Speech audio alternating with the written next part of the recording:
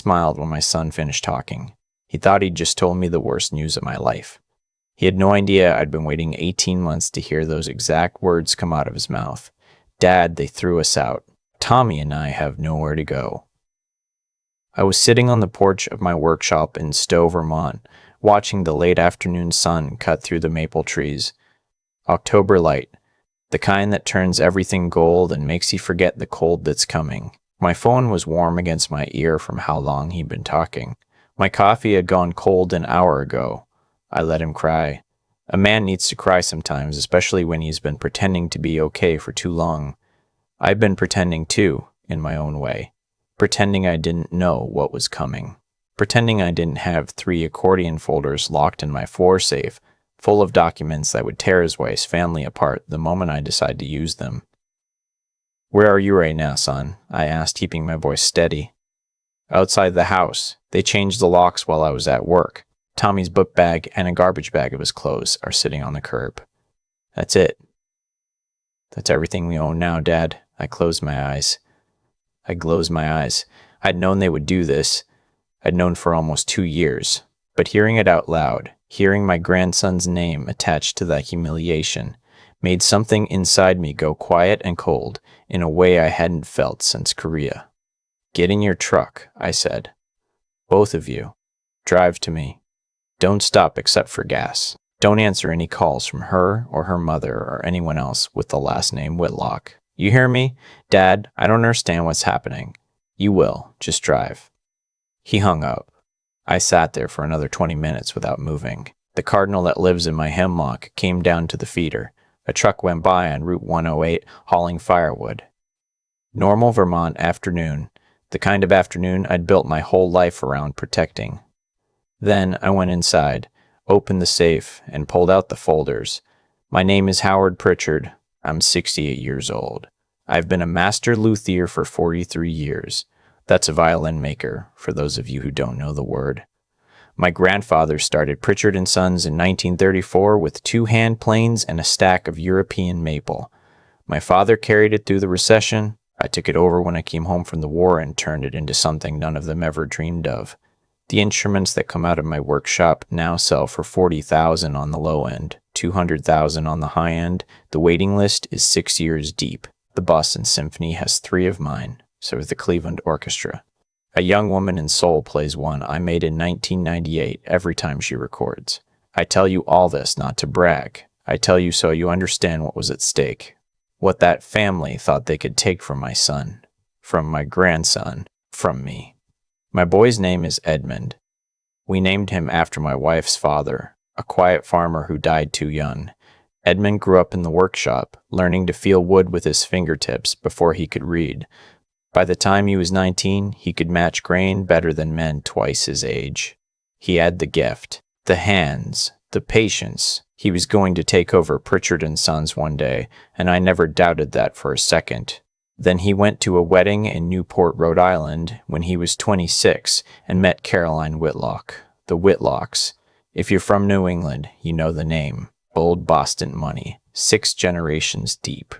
They made their fortune in shipping and then insurance and then doing whatever rich families do when they don't actually have to work anymore. They had a compound at Beacon Hill, a summer place on Nantucket, and a daughter named Caroline who looked at my son like he was the most fascinating thing she'd ever seen.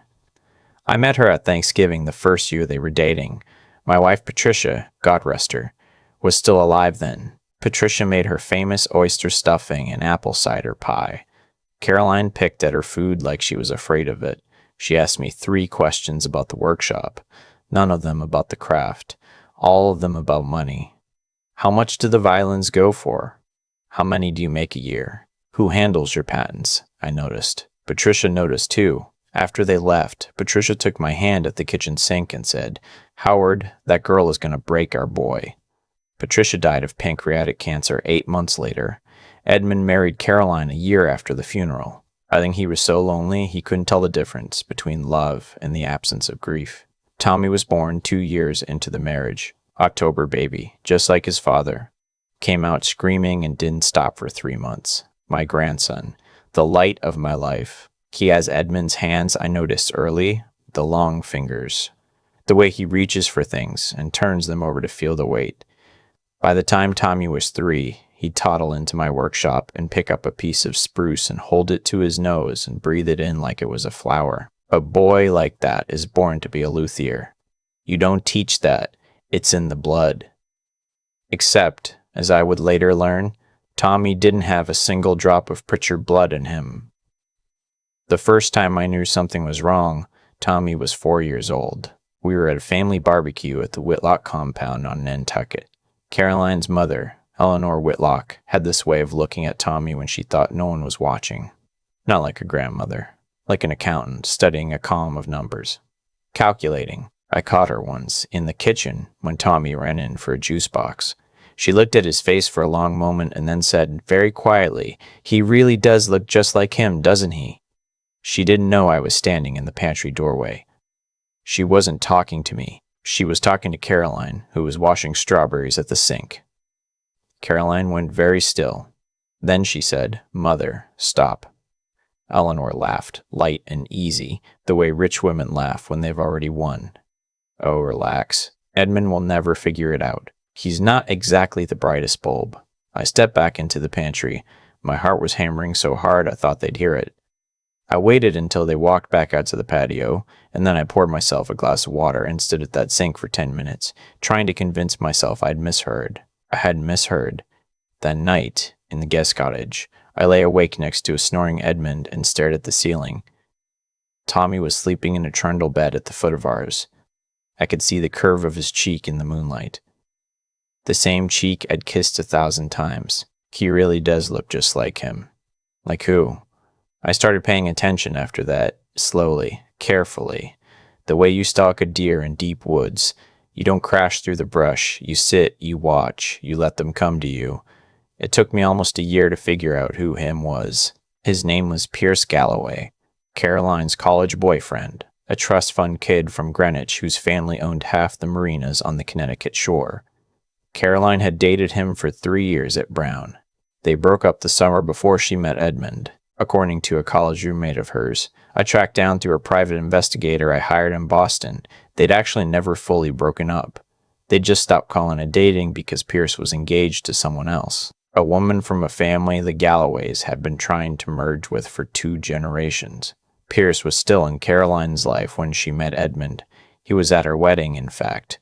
I went back and looked at the wedding album. There he was, 3rd row, behind the bride's parents. Tall, dark-haired, with a jaw that I now realized I'd been seeing every morning for 4 years on the face of my grandson. I had a DNA test done.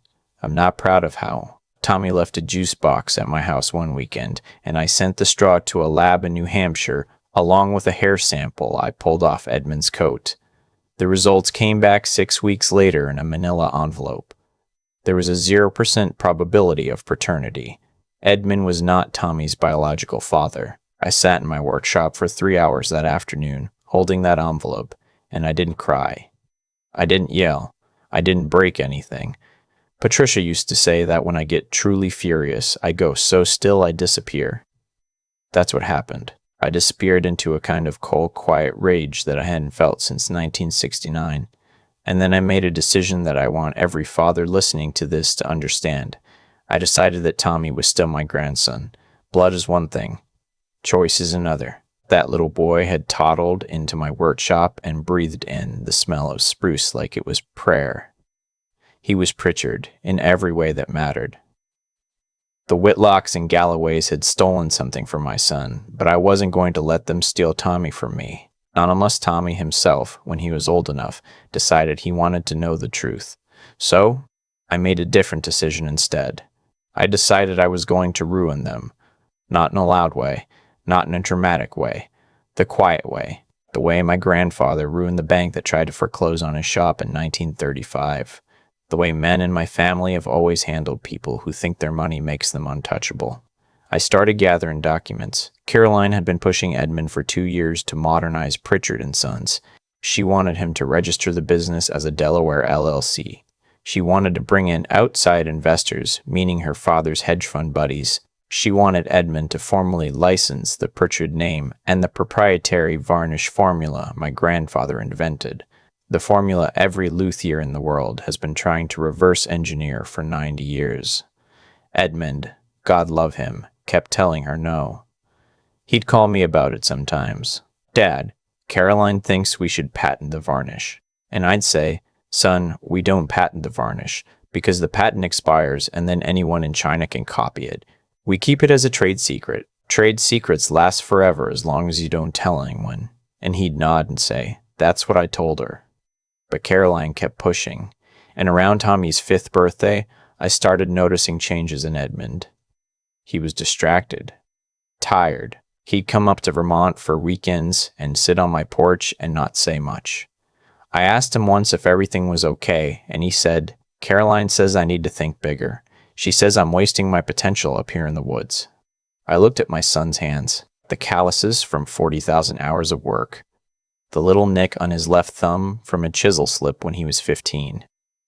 The hands of a master. Son, I said, your hands are worth more than her father's entire fortune. Don't let her tell you different. He nodded, but I could see he didn't believe me anymore. 2 months later, Caroline's father, Bradford Whitlock III, called me directly, said he wanted to fly up and discuss a business opportunity for Edmund's future. I told him to come ahead. I made him drive himself from the Burlington airport in a rental car because I wanted to see how he'd look after 2 hours on Vermont back roads in late November. He looked rumpled and irritated when he arrived.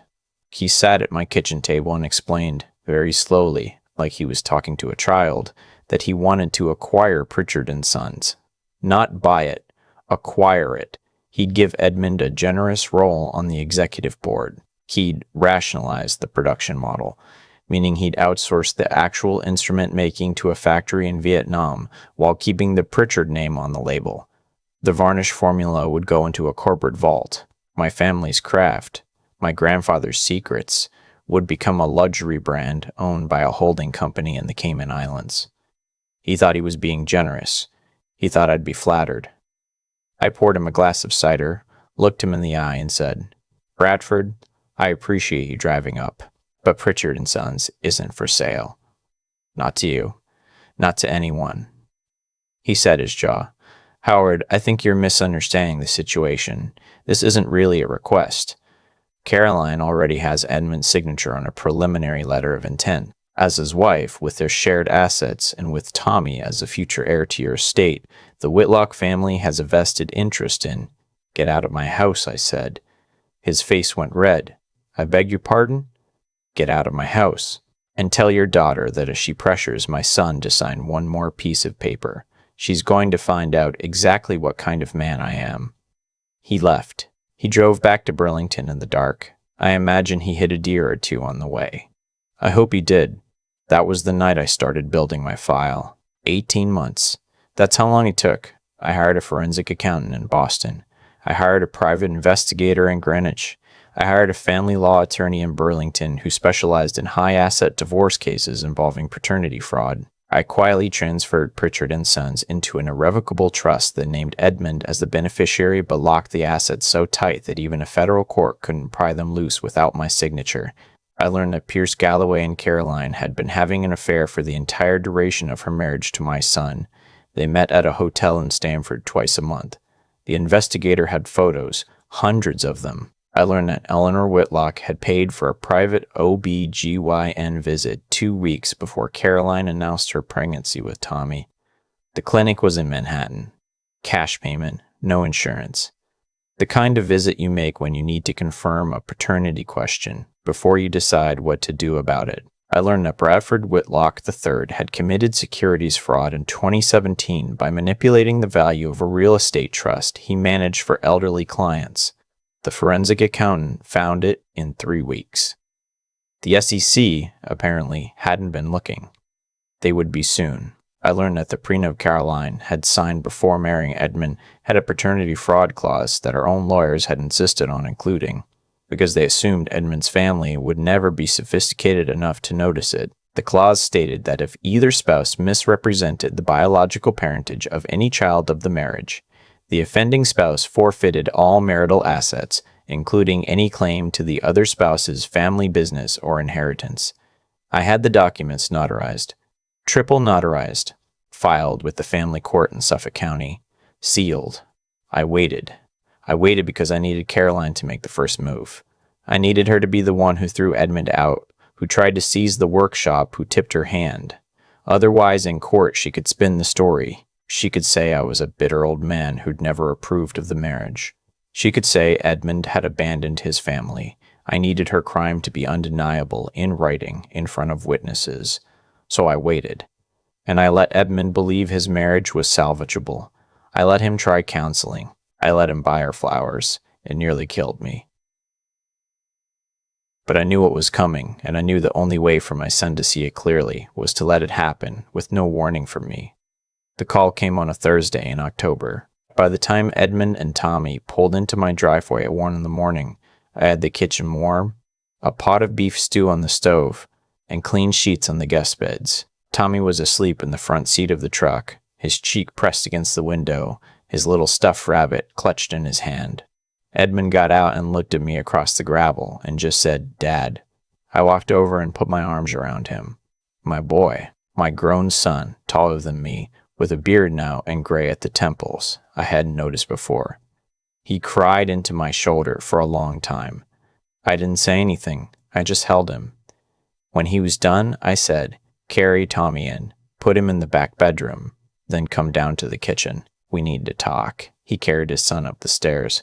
I stood at the window and watched the moon come over the ridge. October moon. Hunter's moon.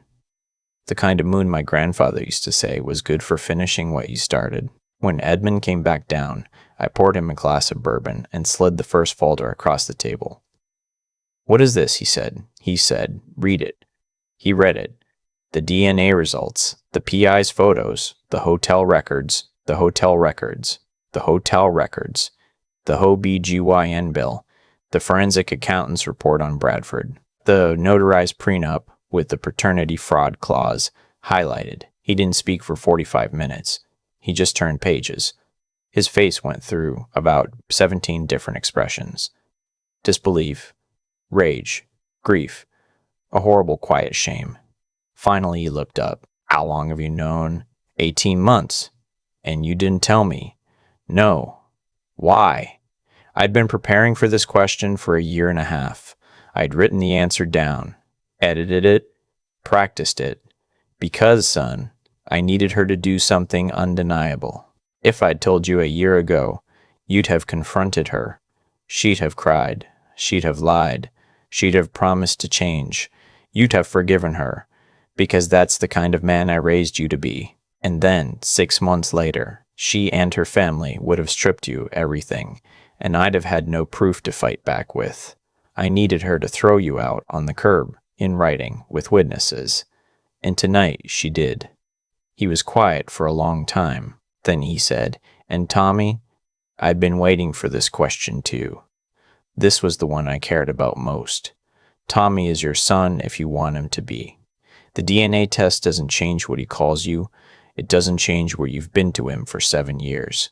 But you have a choice now, and I'll support whatever you decide." Edmund put his face in his hands. His shoulders shook. "Dad, he's my whole world." "I know. I don't care whose blood he has. He's mine." "I know, son. He's mine." "I know, son. He's mine." I know. He sat there for a long time. Eventually, he wiped his face and looked at the folders. "What do we do now?" I told him. It took 6 weeks. The divorce filing went out on a Monday morning. Caroline got served at her mother's house in Beacon Hill. The same morning, the SEC opened an investigation into Bradford Whitlock III, based on an anonymous tip with extraordinarily detailed documentation. The same afternoon, my lawyer sent a cease and desist letter to the Whitlock family attorneys, citing the paternity fraud clause and demanding Caroline vacate the marital residence, which, it turned out, had been purchased with funds from the Pritchard and Sons Trust and was therefore not a marital asset at all. By Friday, Caroline had hired 3 different lawyers. By the following Monday, 2 of them had quit because they realized the prenup was airtight. By Wednesday, Eleanor Whitlock called my house screaming. I let it go to the answering machine. I still have the recording. It's a treasure. The Boston Globe ran the SEC story 2 weeks later. Bradford was indicted 6 months after that. He took a plea deal and is currently doing 46 months at a federal prison camp in Pennsylvania. Eleanor sold the Nantucket place to pay legal fees. The Beacon Hill house went into foreclosure last spring. Pierce Galloway's wife found out about the affair through the divorce filings, which were public record. She filed for divorce of her own. The Galloway family, who care about their reputation more than they care about their actual children, cut Pierce off completely. He's selling boats in Sarasota, last I heard. Caroline got nothing. Not the house, not the workshop, not a dime of Pritchard money. The paternity fraud clause held up in court because her own family's lawyers had drafted it. The judge actually laughed when he ruled on it. She moved back in with her mother and got a job at a boutique on Newbury Street. I'm told she doesn't talk about Tommy. Edmund got full custody. There was no dispute. Caroline couldn't fight it without admitting the affair, and admitting the affair would have triggered the rest of the prenup penalties. She signed the custody papers in a lawyer's office and left without saying goodbye to her son. Tommy is 9 now. He lives with Edmund in a house I helped them buy on a hill outside Stowe. He comes to the workshop every day after school. He's getting good with a hand plane. Last month, he made his first complete violin scroll, and I'm not too proud to say I cried when I saw it. He calls me Grandpa. He calls Edmund Dad. He doesn't ask about his mother much, and we don't push. Edmund and I had a long conversation about Tommy last winter, sitting by the fire after the boy had gone to bed. We agreed that when Tommy is older, 16, maybe 17, we'll tell him the truth about his biology, not as a tragedy. As a story about how love is a choice, about how a man chose to be his father, and a grandfather chose to be his grandfather. And that choice was bigger than any DNA test. I think he'll understand. I think he might even be proud. I'm sitting on my porch right now, watching the same maples I was watching the day Edmund called me 18 months into my plan. The leaves are red this year. Vermont in October. The cardinal is at the feeder. There's a fresh pot of coffee inside. Tommy's bike is leaning against the workshop door, which means he'll be coming out any minute to ask if he can sand a fingerboard. I used to think a man's job was to provide for his family, to put food on the table and a roof over their heads and pay for the things they need. I was wrong about that. I was wrong about it for most of my life. A man's job is to see clearly, to pay attention, to notice when something is wrong, even when everyone around him is telling him it's fine. And then, when the time comes, to act. Not in anger, not in haste, but with the patience of a man who knows that wood, like family, takes a long time to season properly, and the work you do without being seen is the work that lasts. The Whitlocks thought their money made them untouchable. They thought a quiet old man in Vermont was no threat to their plans. They didn't understand that I've been making things by hand for 43 years, and a man who knows how to make things by hand also knows how to take them apart. Tommy just came out of the workshop. He's holding a piece of curly maple up to the light, turning it the way Edmund used to turn it, the way my father used to turn it. He's a Pritchard. Blood doesn't make you anything. The choice to show up does. That's the only truth I know. I think about that October night more often than I should.